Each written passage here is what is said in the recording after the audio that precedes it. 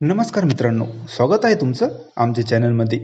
तुम्ही जर अजून आमचं चॅनल सबस्क्राईब केलं नसेल तर प्लीज चॅनलला सबस्क्राईब नक्की करा. माझा मित्र निलेश, त्याच्या बहिणीचं लग्न होऊन 2 महिने झाले होते. तेव्हा माझा मित्र खूपच आजारी पडला आणि त्याच्या बहिणीला माहेरी यायचं होतं. तिला आणायला त्याने मला पाठवलं होतं. मित्राची बहीण शुभांगी, तिच्या मागे मी तिच्या लग्ना अगोदर खूप होतो, पण तिने काही मला जवळपास पण येऊ दिलं नव्हतं आणि तिला ही गोष्ट माहिती पण होती की माझी नजर तिच्यावर आहे. जेव्हा पण मी निलेशच्या घरी जात होतो तेव्हा शुभांगीला माझी नजर शोधत होती. शुभांगीचे डोळे एवढे सुंदर होते की कोणीही तिच्या प्रेमात पडेल. दिसायला तिच्यासारखी गावात दुसरी मुलगी नव्हती. एकदा तर मला शुभांगीला पूर्ण बघायला भेटलं होतं आणि तेव्हापासून तर मी पूर्णपणे तिचा दिवाना झालो होतो. सकाळी सकाळी मी निलेशच्या घरी गेलो होतो. निलेश झोपलेला होता. शुभांगी अंघोळ करून आली आणि ती फक्त टॉवेलवर होती. त्या दिवशी तिच्या घरी कोणी नव्हतं. तिला माहिती नव्हतं की मी आलेलो आहे आणि तिने तर अंगावरचा टॉवेल काढला आणि तशीच मेकअप करू लागली. मी तिला पूर्ण बघत होतो. तिला असं बघून माझ्या अंगात तर जणू आगच लागली होती. तिचं नंतर माझ्याकडे लक्ष गेलं आणि ती बेडरूममध्ये पळून गेली. त्यानंतर 2 महिन्याने तिचं लग्न झालं होतं. तिचं लग्न नोकरीवाल्यासोबत झालं होतं. तिला आणायला निलेशने मला पाठवलं. बाईक घेऊन मी तिच्या सासरी गेलो. तिच्या सासरचं घर तर खूपच मोठं होतं.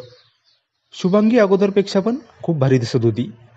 मी तर तिच्या नवऱ्याला खूप नशीबवान समजत होतो, कारण शुभांगीसारखी बायको त्याला भेटली होती. शुभांगी आणि मी तिच्या सासरून निघालो. जूनचा पहिला आठवडा होता. आम्ही दुपारी निघालो होतो. आम्ही फक्त 10-12 किलोमीटर आलो असेल. लगेच जोरदार पावसाला सुरुवात झाली. बाईकवर तर आम्ही दोघे पण ओले झालो होतो. वारा खूप होता. मी बाईक रोडच्या साईडला लावली आणि जवळ शेतात एक झोपडी होती.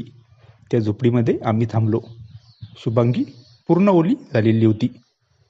झोपडीमध्ये गेल्यावर थोडा पाऊस थांबला. शुभांगी म्हणाली, माझी साडी पूर्ण ओली झाली, मी थोडी सुकायला टाकते. तिने साडी काढली आणि सुकायला टाकली. ती आता फक्त आतल्या कपड्यावर होती. मला परत ते आठवलं.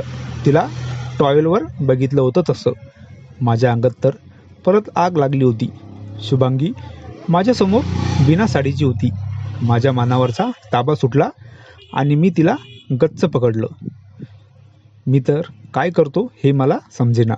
शुभांगी अगोदर नाही नाही म्हणाली होती, पण 5-10 मिनिटांनी ती पण माझ्या डोक्यावरून हात फिरू लागली. पावसाला परत सुरुवात झाली. झोपडीमध्ये मी शुभांगीला अशी संधी परत भेटणार नाही असं समजून मी तर जणू एकदम असं झालो होतो की परत असं जेवण भेटणार नाही. त्यामुळे पोटभर जेवण केलं. झोपडीमध्ये आम्हाला सायंकाळ झाली होती. नंतर आम्ही लवकर आवरून घरी निघालो. शुभांगी त्या दिवसापासून माझ्यासोबत रोज पण फोनवर बोलत होती आणि तिला जेव्हा पण माहेरी यायचं तर ती मलाच बोलवायची आणि रस्त्यामधली ती झोपडी तर आमचं ठिकाणच झालं होतं. ही कथा पूर्णपणे काल्पनिक असून वास्तविक जीवनाशी काहीही संबंध नाही. ही कथा फक्त मनोरंजनासाठी आहे. मित्रांनो, कथा आवडल्यास चॅनलला सबस्क्राईब करा. धन्यवाद.